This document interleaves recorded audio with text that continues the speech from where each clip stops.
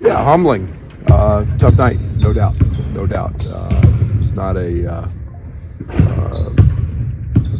a fun trip, but a learning trip. A night that we won't soon forget, or I won't. I hope our players do. We did a lot of really good things. It's funny. I really walked off the court at halftime down 17. Felt great.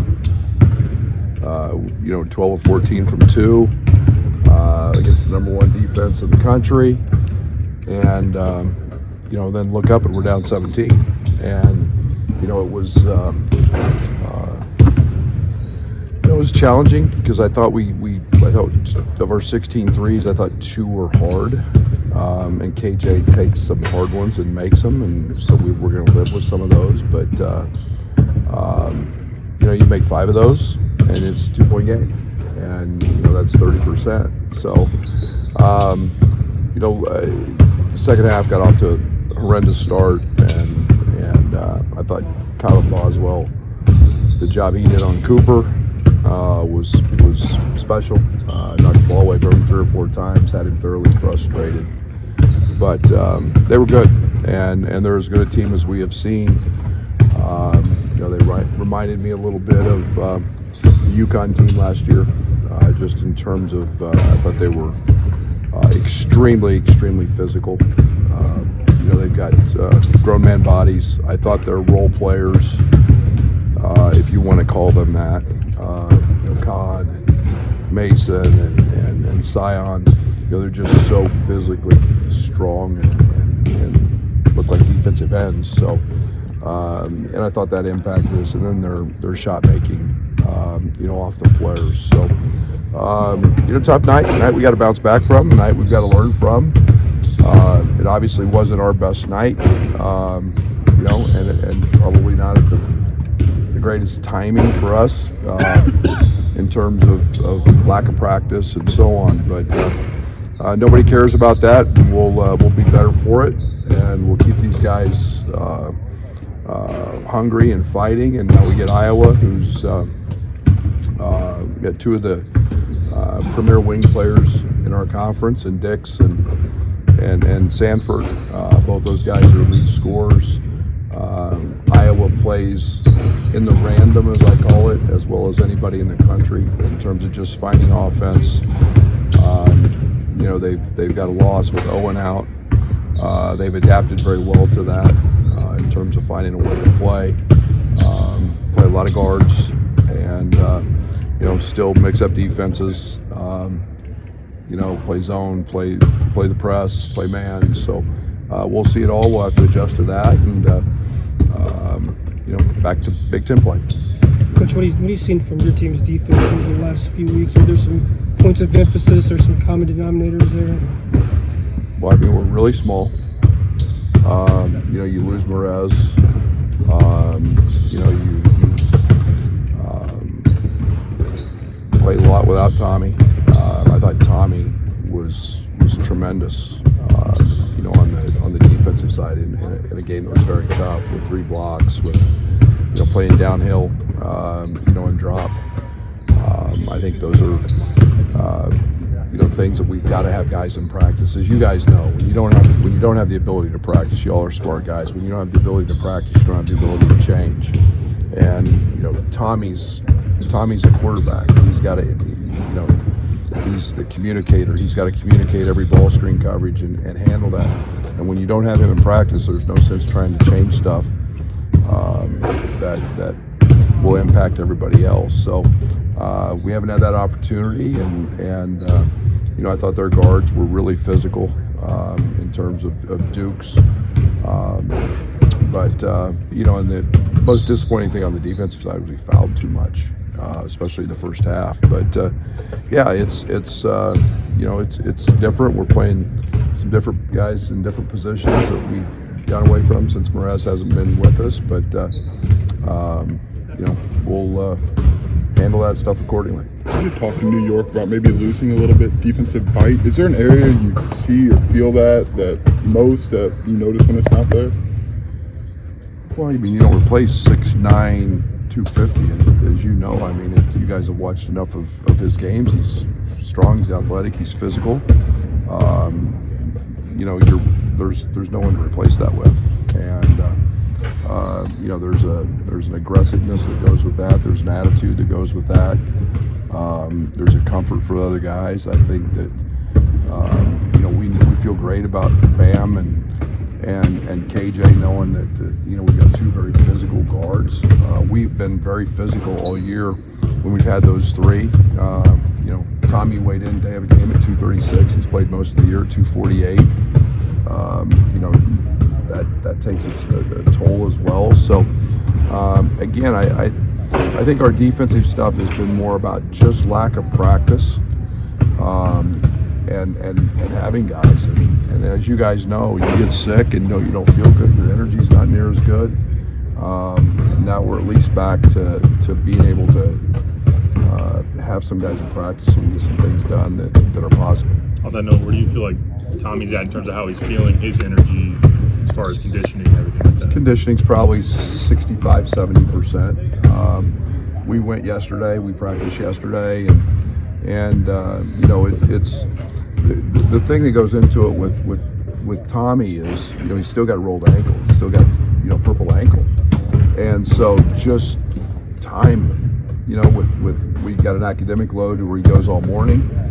He comes to practice, not being able to get shots up like he used to because he's getting treatment on his ankle, or he's in a hyperbaric chamber because he's had mono. You know, he told me after the game, he goes, "Coach, I've probably shot, you know, 15 balls in the last, you know, month." All of those little things add up, but he's tougher than nails, and you know, he's our audio piece. He's our coordinator defensively, and getting him back is a big part of it. But you know, he's still, you know, he's probably 70%, 75%. But you know, it gets better every day. You mentioned Saturday about Kyle and maybe needing to make his team. What's that look like for his end? Well, I think he's just a guy that everybody respects. I think he's a guy that he's got to. When we're really good, he's really vocal. He's very energized. He's very into timeouts. He's very into the game that way. It's not him taking a back seat to anybody. And you know, that's always been. We've always had those guys. I think it's just him. You know, as a veteran who's been in big games and has been in moments like this and has the experience, just stepping up and leading, and he's doing that in both a way that is accountability for other players, and then in a positive way when guys do stuff good. So that just has to be very consistent from him. I think it's you know, as we head into the tail end of the season here in postseason, I think it's his time and time to do that. What, if anything, do you and the coaches have to do? And you have guys with leadership qualities, him, Dre, KJ, but haven't maybe had to have that role at this level. What do you do to maybe usher some of that forward? Just encourage. You can't force that. You know, it's you know, I use it this way sometimes, and you know, when I speak is you know, it's everything's great when you're an assistant coach until you slide one seat over and have to make all the decisions, and you can't. Some people just don't do that very well, and it's the same way with leadership. You can't force it. You have to encourage it. You have to find it organically. They have to want to do that. Being a leader is really, really, really hard, and it takes some thought. It takes some interaction that maybe sometimes you don't want to have, and I think some players just aren't comfortable with that. But when you see those qualities in people, then you have to reach out and really encourage it. This is a typical Fran team in terms of tempo, pace, and scoring. What are some challenges there? The randomness. You can guard everything right in their actions, and then they get into their random motion. And you know, he's got very, very good shot makers, and you know, his teams are always so prolific from you know, on the offensive end. And then you know, you're going to see their zone, and you're going to see their press, and job of wiping out a 10-point lead as anybody in the country, and they don't ever panic, and they just play within that Fran mentality of the randomness being excellent, in my opinion. Talked about being 12 of 14 from 2 in the first half. Did you like how that went, or like what? How would you replicate it? I suppose would be a better way to ask in the second half. You don't. The other team has a lot to do with that, and it's, we saw a 5-man guard Trey. The other team counters that. Those gaps got really, really tight. And you don't get 12 of 14 if you're not shooting threes. And, you're not. There was a time I think we were 1 of 10 and twos in the second half, same shots. But they got really, really hard to do that. Tommy has to be on the floor, to be very honest, for those things to happen. You saw the layups, the cuts. One of those misses was Trey on a point-blank layup. Tommy's got to be on the floor. You've got to shoot threes. And, like I said, if you make them, then they keep staying out there. We weren't making them, and all of a sudden those gaps got really tight, and they're very physical, and it wasn't where we could we could penetrate those as easy. So the other team has a lot to do with that. We're going to take, like I said, we're going to take what's there. We're still, I think, 16th offensively. It's you go 2 for 26, and you only fall a couple spots. Like I said, I felt great about the shots against that quality of defense. One of the things you said in New York was we miss a shot, at least with this team, is we miss a shot and our head goes down, and the energy goes down. Like, that seems antithesis to what you built this whole thing about. Has that been hard to coach out of this team this year? Yeah, and I think that, the other thing is, it magnifies, because then you've got to go get stops on the other end. Right. And then when you're playing from behind, and you're playing from a 8-2 deficit, or you're playing from, teams hit 2 in a row.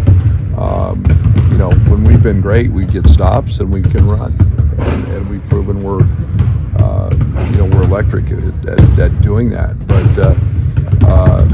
it's when our shots flow better. It's when we're literally at our best. But at some point there's no excuses. I watch every single day, and as you guys know, I've said it's from day one. I believe in these guys as shooters. I think we're great shooters. At some point, you got to step up and be able to make it. And I can buy, one guy missing and having an off day, but when it becomes a collective group, then we got to man up. We got to make shots, and we've done that. I think we're 15-3 or 14-4 when we make 7, just 7, and that's not a hard number to do, we can't let one turn into 2, and it's make this one and forget about it if you miss it, and make the next one when it's your time. Can you feel like this team can, when the shots aren't falling, you've said before, offense is fuel. Like, we can control what we do on defense. Do you feel like you can get that back this late? Oh, absolutely. Absolutely. I think we've lost a little bit of edge defensively. I think we've I don't think there's any question about that. I think I said defense is way harder to coach than offense. All you guys want to talk about is offense, and I offense and shots and this and that. That means 0 to me. Okay, if we go offensive rebound and we play hard, we're going to win. And those over the years are the analytics. We've lost some edge defensively, and that's happened because of practice. And like I said, you guys know, Lauren was sick.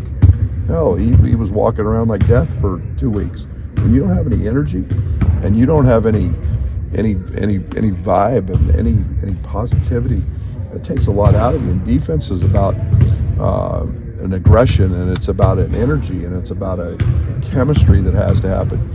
Then take your leader on the defensive side out of that for a long time, and we took a hit, and there's no doubt. And you lose Merez, a physical piece, who's been asked to guard.